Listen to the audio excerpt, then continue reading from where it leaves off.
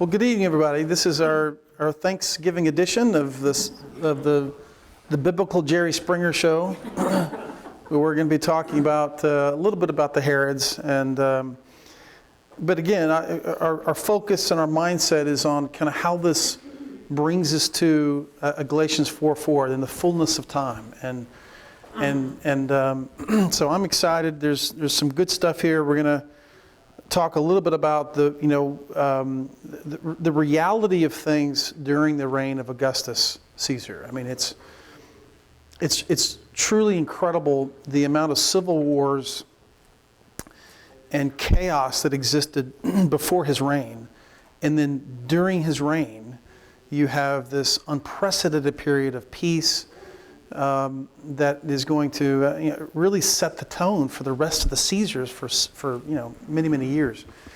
Things are going to begin to really unravel, and in the 50s when Nero, of course, before Nero, Caligula was absolutely bonkers. But I think if Augustus saw some of his ancestors and how they ran the Roman government, I think he would have rolled over in his grave. But between Caligula and Nero, both of them were psychotic. I mean, by all accounts, they were truly psychotic. And Nero is going to take us up right into, I said the 50s, he's in the 60s. He's going to take us right up to pretty close to the time of the destruction of Jerusalem. We'll talk a little bit about that as well. So let's bow together as we begin class. Our dear gracious Heavenly Father, we are so grateful to be together. And during this time where we celebrate our thankfulness, we every day in all of our lives are thankful for you, and thankful especially for your providence and your plan that brought your Son to earth. Dear Father, thank you for him. Thank you for all that he went through on this earth for us. His humility, his servanthood, his desire to save others, and to put his own wishes and desires and comfort aside for us. We can't fathom that, but we're thankful for it. And we're thankful for our families. We're thankful for all the many blessings you've given us. And we pray that as we celebrate Thanksgiving this weekend, that we don't lose sight of what we should truly be thankful for, and that is our relationship with you and the covenant we have with you. We pray these things in the name of Jesus. Amen. So let's just talk a little bit about Herod. Now, we talked about Herod's father, whose name was Antipater.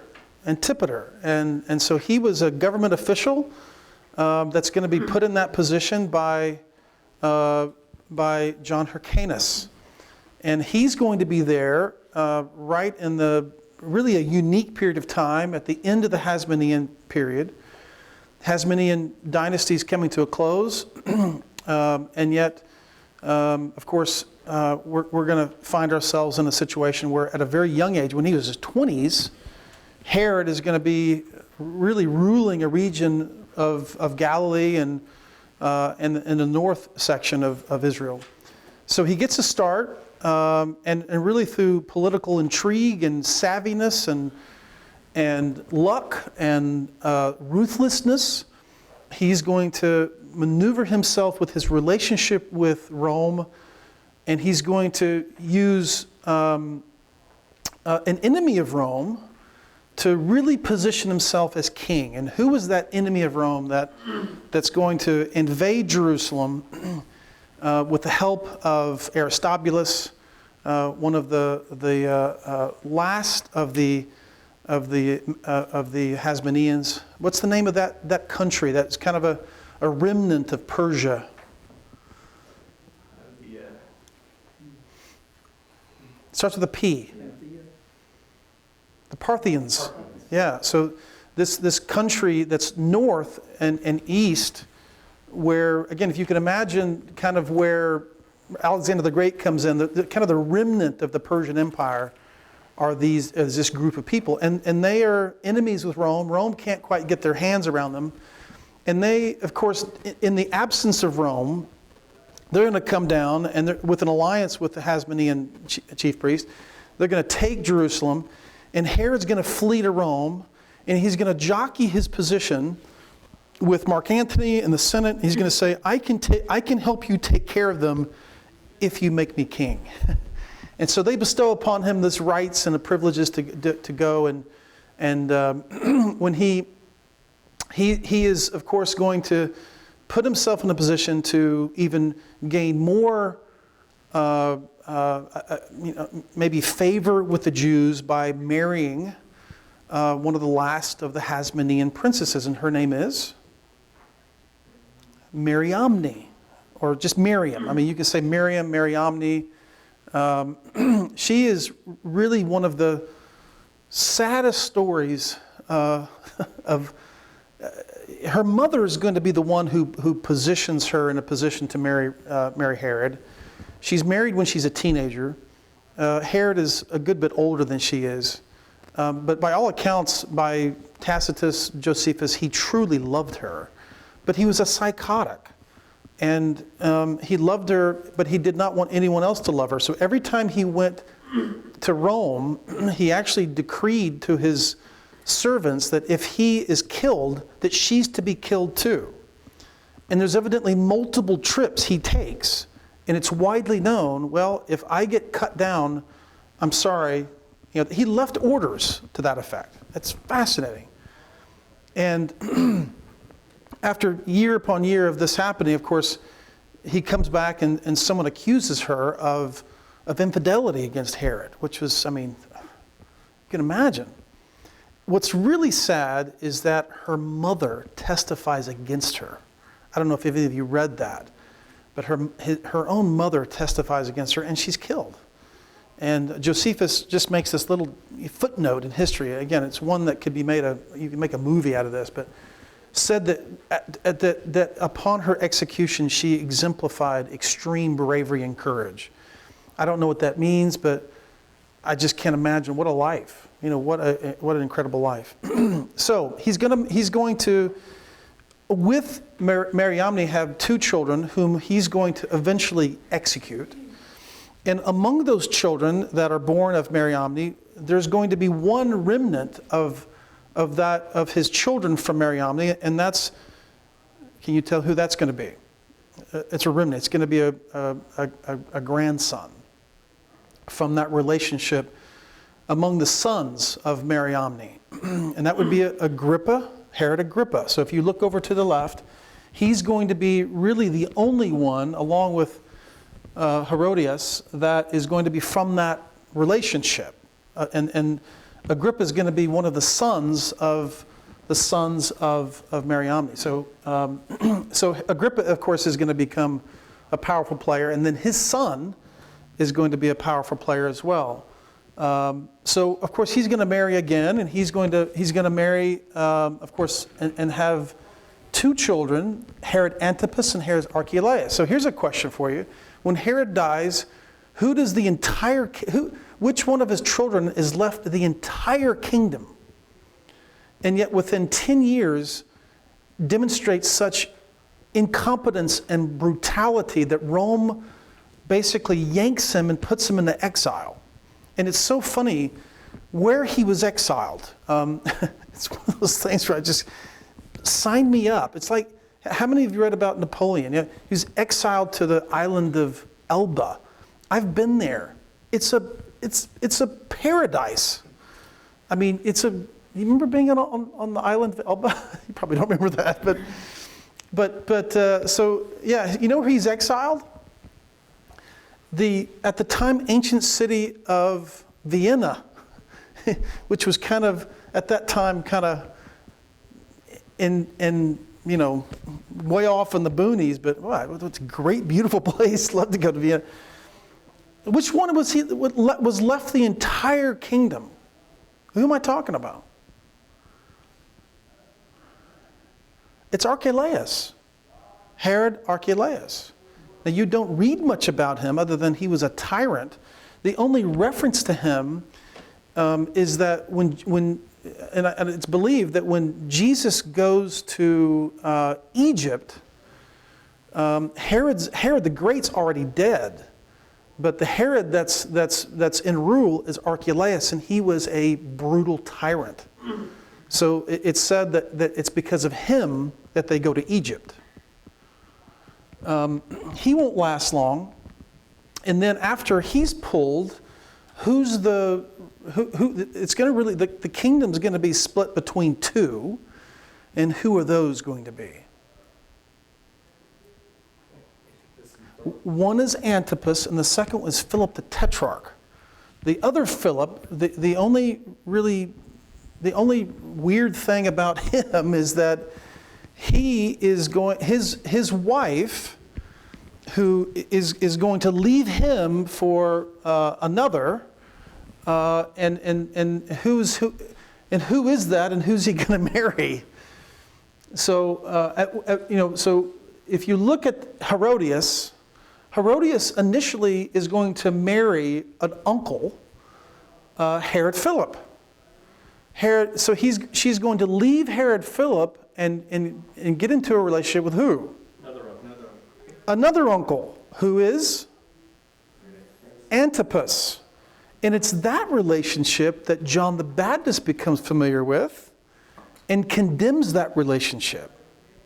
Because in essence, Antipas stole his brother's wife, and Herodias is going to now be in a relationship with Herod Antipas. So it's that relationship that exists, again, that is going to create this very difficult situation for John. And so John is going to be executed because Herodias is going to have a daughter with Philip, and what's her name? Salome. And at Herodias' request, Salome is going to ask for the head of John the Baptist. So Salome is going to be the product of Philip and Herodias. That's going to be at least in some way, form married or connected with Philip the Tetrarch. Now, Philip the Tetrarch. So when you think of Philip the Tetrarch, what area would you think about? So there's two Caesareas in the Bible. So who can name them? Or who can differentiate them? There's Caesarea Philippi, okay, and then what's the other one? The Caesarea Maritima, the one that's by the sea. I didn't hear what you said, Ron. Was that? So that's the one we visited. Yeah, that's exactly right. Well, we visited both, but the one that Herod the Great built, right on the ocean, right on the sea, that was just a magnificent. I mean, really one of the wonders of the ancient world, because, and you remember this, Herod invents a form of water, a concrete that he could actually form and mold in the water. So he's going to actually be really among the engineers of concrete that can be cured in water. And that's how he builds this port in Caesarea Maritima. So we have Caesarea Maritima that's called Caesarea, and who builds that in whose name? Herod the Great is going to build that in whose name? Augustus. Okay, and then there's Caesarea Philippi. Who's going to build that city? Philip the Tetrarch. Philip is going to build that in whose honor?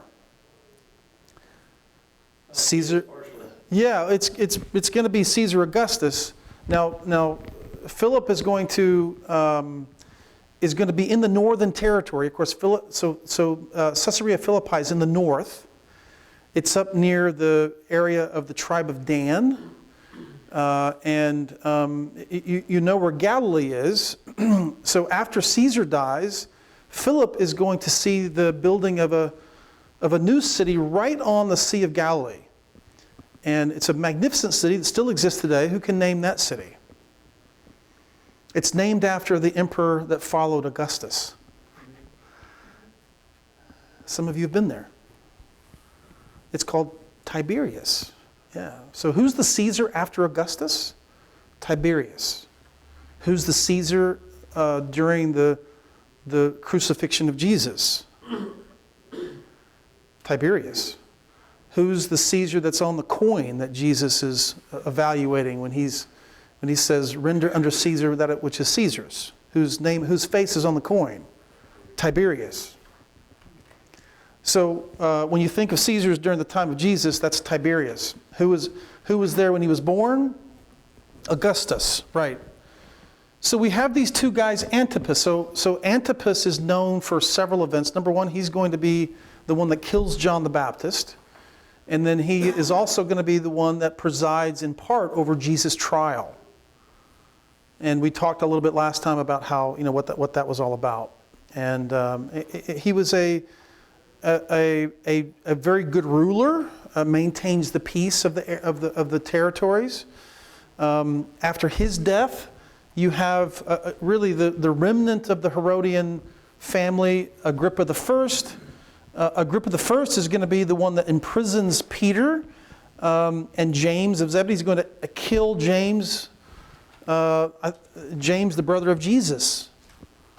And so we see that event happening, and then Herod. And does anyone remember the death of how Agrippa the First dies? Yes. And do you remember the story surrounding that event and where that took place? So it takes place in Caesarea Maritima, where he stands up and they proclaim him a god. And it is said, of course, that he did not reject being named God. I think this is in the book of Acts, Acts 12. Read that section for us. Where to start here. Herod was angry with the people of Tyre and Sidon, and they came to him with one accord. And having persuaded Blastus, the chamberlain, they asked for peace because their country depended on the king for food. And on an appointed day, Herod put on his royal robes, took a seat on the throne, and delivered an oration. And the people shouted, "The voice of God and not a man." And immediately an angel of the Lord struck him down because he did not give God the glory, and he was eaten by worms and breathed his last. There you go. And where did this happened at Caesarea Maritima, in the stadium that you've been at. We sat there, we sang songs, and I know that sounds kind of weird that we sang songs at that place, but that's a place of really significance. So that's the Caesarea Maritima, and of course he's going to have a son, who is Herod Agrippa II. He's going to have a sister, he's going to have two sisters, Bernice and Drusilla. And so Herod Agrippa is going to, of course, it's said, again, most experts believe that he was actually in love and had a relationship with his sister, Bernice. And Drusilla is going to, now these women had multiple husbands, so these were not, there was multiple marriages mixed in among these. But the other sister, Drusilla, is going to be connected with Felix, who was the corrupt one of the governors, of the procurators of Israel. So Felix, remember, Felix in history is known as a extremely corrupt guy. And what does the scripture tell us about his dealings with Paul while he's in prison in Caesarea Maritima? That's exactly right. He's waiting for a bribe, and he just leaves him sitting there for 2 years. Now, Festus is a much better governor, a much better ruler, is going to be addressed along with Agrippa II in that speech that we have that Paul gives. And of course, Agrippa is going to tell Paul what at the end of his discourse. Yeah, it's a powerful story. So we have this scenario. So you guys, that's the cliff notes on Herod. Have I missed anything? Any of you guys have any thoughts on this? Okay, so on our way, again, looking at a little bit of information about Mariamne. She had 4 children, 2 who were executed. She had 2 daughters, in fact. that hopefully survived. I'm not sure what happened. The Battle of Actium, this is an amazing story. Who fights the Battle of Actium? Mark Antony and Augustus and Octavian. Yes, so this is an amazing battle. Of course, we know what happens after this. Herod is going to sail to Rhodes, and that's where he's going to meet Octavius. And when they meet, how many of you have been to Rhodes? Anybody taking a cruise and stopped in Rhodes? That's one of the places that Paul is shipwrecked for a brief period of time. But if you ever think about, it's a beautiful island, by the way, but when you stop there, that's the place where Herod goes before. I would have loved to have seen that. So Herod's going to go before Octavius, now soon to be Augustus, and he's not going to apologize for his alliance and his relationship with Mark Antony, but he's going to say, listen, look at the friendship, the loyalty I showed to Mark Antony.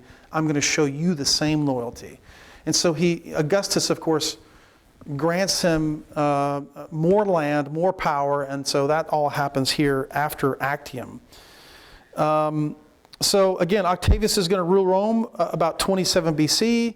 We kind of got the story, and so when we think about, as we kind of go to Rome now, when Jesus arrives in, let's just say 4 BC, which is a commonly held view, God's purpose was not to save his nation. And that's one of the things that the Jews really kind of had in their mind, that when Jesus came, or when the Messiah came, he would do what had constantly been happening in cycles. And that the nation would either be taken into captivity. Think about the cycles. Think about what happened in the northern tribes. Think of what happened with Babylon. Think about what happened with the Hasmonean period. And the city would be sacked. God would somehow miraculously bring about a resolution, and there'd be someone that would come and save the city. In the case of the Maccabean, it was Judas Maccabeus. And in the case of, again, you can just name all of these characters. They expected the Messiah to do the same thing. They expected the Messiah to be this one that was going to save the nation. But what was he really there to save? He was there to save them and deliver them out of slavery from sin. He wanted them to be saved for all time from their biggest enemy, and that's sin. So Israel's predicament was this. They were captives to the Roman Empire. Their history constantly revealed this pattern of oppression, exile, victory over assorted enemies from the very beginning of their timeline. Again, you can go back and just cite time and time again where there was oppression, exile, victory, and again, think of the Judges period. Think of what happens in Egypt. Think about all these episodes, and you can imagine that many of them were waiting for that Messiah, and yet they were waiting for him to do the wrong thing and present himself in a different way. So by the time that Jesus comes in, Israel was generally, if you lived in Rome, if you lived in the capital of the known civilized world, and you said Israel, it would be like us in America, talking about I don't know, Afghanistan. I mean, it was not considered it was kind of considered maybe a backwater Roman province full of people that constantly were stirring up trouble. And I will tell you, not much has changed. I mean, you can't read a headline in the newspaper about some attack or something going on in Israel. Now, I want to say this, that before the destruction of Jerusalem in AD 70, the temple that Herod built was considered a marvel of architecture. Remember that Herod spent lots of time in Rome. And the influence of what he saw, the building, the architecture, he brought back to Israel. So I don't want to overstate that point, but because he was a masterful builder, and we're going to get to that in just a second.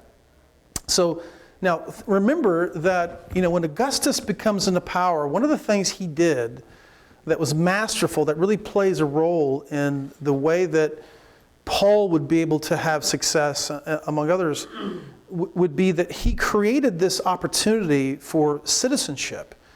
And because Rome was growing and powerful and wealthy, you had special privileges if you were a Roman citizen. And so what he would do is that he created this opportunity for dual citizenship. So you could be from a different country, and you could pay a fee, or in the case of Paul, how was Paul a dual citizen? He didn't have to pay, but how was he a dual citizen? Yeah, so he had a mother that was, I believe that she was Jew. Was the mother Jewish? I think the mother was Jewish and the father was Roman. I can't remember which one was which, but one was he definitely was Jewish by birth. I mean, so I think it was his mother. I think his father was a Roman citizen in Tarsus. The way the Jews, I think the way they saw that is the mother dictated whether you were of the nation or not. Okay. So that they would accept him as a Jew because his mother was a Jew. Right. I couldn't remember the details of that, but that offering of dual citizenship, or even the ability to purchase citizenship, created a desire for those that wanted to be part or have those special privileges. And so when you think about how that played into the role of Paul, I mean, Paul would have been dead had he not had dual citizenship. Do you remember the circumstance for which I'm talking about? In Jerusalem. Yeah, I mean, and here's another piece, and again, I sometimes forget, there's so many of these, and when they come into my head, I sometimes forget to convey them, but you think of the influence and the power of Rome.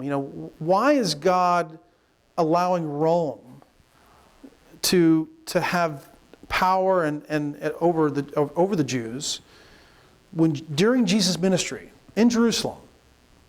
We can talk all day about the Appian Way and all the great roads and all these systems that Augustus would set into play that would aid in the spreading of the gospel. But think about this. What was the punishment for blasphemy for the Jews? I mean, if the Jews had their way with Jesus, what would they have done to Jesus? They would have stoned him. Do you really think the Jews would have taken him to a tree and nailed him to a tree? Was that the Jewish? Of course not. But what was the only way for Jesus to be nailed to a tree? To fulfill prophecy. What was the only way? Absolutely. It would not have happened the other way. And think about it. When did Isaiah prophesy about Jesus being pierced for our transgressions? And it's his association, again, the vivid picture of a terrible death. I mean, when was that? When Isaiah prophesied?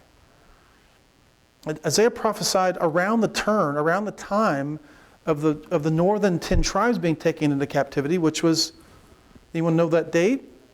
About 721 BC.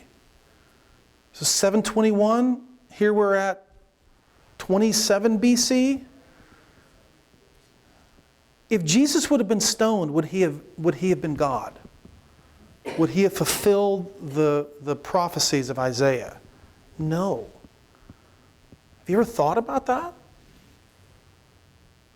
How God just brought about all these pieces of the puzzle to make sure that his son died in the way he was prophesied to die. It's mind-boggling when you think about it. But the Jews could not even really on their own. Now we're going to see a little bit of a difference or change when it comes to Stephen, because do we have record of the Jews asking Rome for permission to kill Stephen? No, they don't. And there's a lot of debate and question as to whether they really had authority to do that. Well, they probably did that. Well, they did it outside the city walls, which was part of the Mosaic law. They took him out of the city walls to do it, and they may certainly have done it under the cover or, with the hopes that it would not be known by Rome. Maybe they learned their lesson with Jesus. Maybe they didn't want to ask, the current procurator at that time. But they take Stephen out, and they did with him what they intended to do with Jesus, and that's to stone him. But the Jews, why did they have to go to Pilate? I mean, why couldn't they just take Jesus out and stone him like they did Stephen? Well, there's several answers to that question. There's not just one answer, but what are some of the thoughts there? Well, they didn't have the freedom to do that. Okay, all right. Well, that's true. One of the things that to keep in mind, it was a major high holiday among the Jews. And the high holidays were a special occasion, and it's kind of like, what does the Coast Guard and the National Guard do when they know there's a controversial trial going on? What do they do when they know there's going to be some gathering of people? They send extra troops, right? Well, every Jewish high holiday, the procurator of Rome, which was in this case Pilate, would come from his residence. Where did he reside? Where did he live? It was not in Jerusalem. Where did the procurator of Israel live? Caesarea Maritima. He lived in Caesarea. The Jewish high holidays, he would go to Jerusalem. And where would he stay? This is somewhat circumstantial evidence, but it's good evidence. Would he stay in a garrison or fortress with all the soldiers? 100% no. He would stay in the nicest, most beautiful palace in the city, and who would have that palace? Well, in this particular case, the high priest certainly had a nice palace, there's no question, but it would be Herod himself, Antipas. Herod the Great built himself a magnificent oasis palace north of the city. So when Pilate comes into the city, he's most certainly staying there. And so, where was he brought to meet Pilate? Most certainly Herod's palace. Does anyone remember the name of the term of the place where Jesus is taken to meet Pilate? There's a specific word. Yeah, that's exactly what it is. Praetorium. And what does praetorium mean? Big palace. The big house. It's not far off, but in the original language, it means the governor's tent. So it meant the ruler's home, or the place of high esteem, which without question would have been in Herod's palace. So anyway, I asked the question: why did the Jews have to go and seek permission? Well, yeah, to some extent they could not offer a sentence of death, but I think one of the differences between what happens with Jesus and Stephen is that you have a massive crowd in Jerusalem. You've got Pilate in the city. You've got probably a whole legion more of soldiers in the city, and it would have been very bad for them to do that. I think when it comes to Stephen, all those circumstances were not present, and maybe they sneak him away and they kill him outside the city walls. But okay, so maybe they didn't have the authority to kill him. What's another reason? Jesus was more popular. Yes, okay, so you keep hearing these references, specifically in the book of John, who has clearly an inside track into the high priest household. I don't know if any of you have gathered this, but John was likely either related to someone inside the household of Caiaphas. Does anyone know how we know that? When Jesus was put on trial, he somehow talked to someone and got inside. Yes, right. And who's being left outside the gate that can't, get in to see? It's Peter. And John, again, and it's, of course it doesn't refer, John doesn't refer to himself in that way, but it basically states that he knows someone inside the household. He lets Peter inside this courtyard where this illegal trial was happening in the house of Caiaphas. And it's there that Jesus lays eyes on Peter. Just a dagger.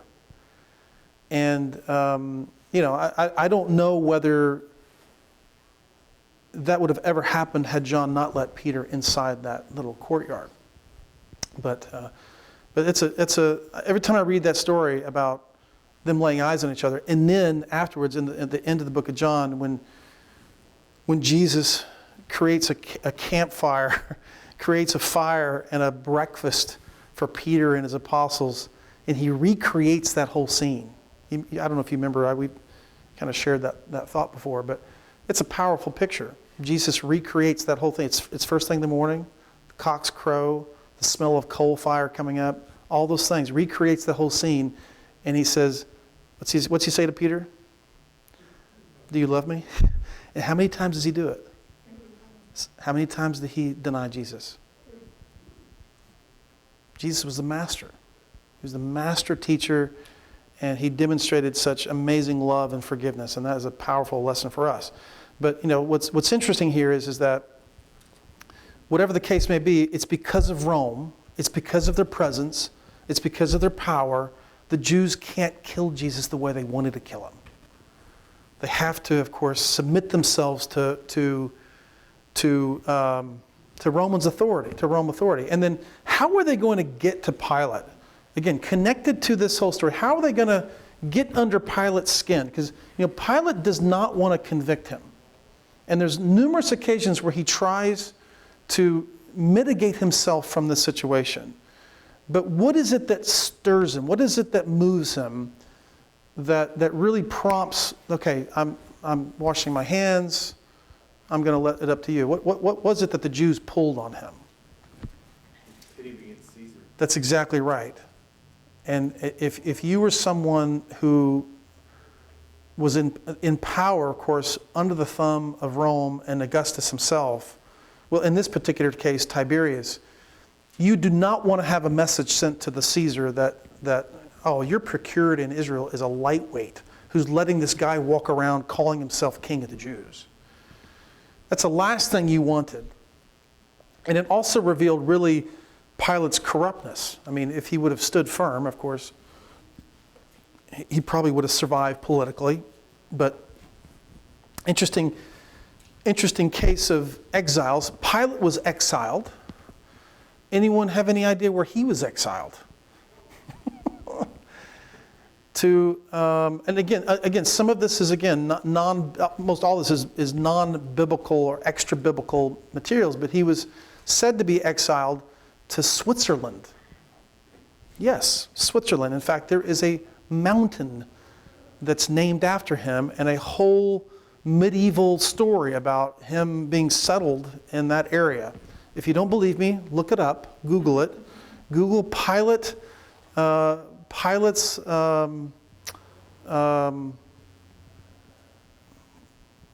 exile. Yeah. So anyway, interesting. Okay, so we have really under Augustus, we have this amazing peace that spread. All of it, again, all that this people could imagine during the room of Rome. Imagine again, they're feeling the pressure. The governors continue to become more and more corrupt. Archelaus is kicked out. Antipas is exiled. And then you have these corrupt governors like Felix. Festus was not so much one, but they kept getting worse and worse. And what's that going to do? It keeps stirring up the Jews to wanting to this freedom, which is going to eventually lead to AD 70. So you see a slow progression of irritants towards the Jews that's going to lead them to AD 70. And among those issues were the corruptness of these procurators that came into play. Isaiah 53, again, undermines this militaristic expectation that these guys had. And again, we just mentioned this a minute ago. He was pierced for our transgression. He was crushed for our iniquities. And, when you think of that word crushed, it should bring one word to mind that's very prominent in the New Testament when it comes to Jesus' passion. There's a word that we use often when we read about the story of Jesus that has a direct connection to crushed. In what way was he crushed? And how was that conveyed in the New Testament? And I'll give you a hint. Where did he pray that this cup be passed from him? Where was that? What was Gethsemane? It was a olive press. So the word Gethsemane means to be pressed, to be crushed. Gethsemane had a very intense meaning in that at that point, in that place, he would really spiritually and physically be crushed, understanding the weight of what was going to happen and all those types of things. So when you think of crushed, I always think of Gethsemane.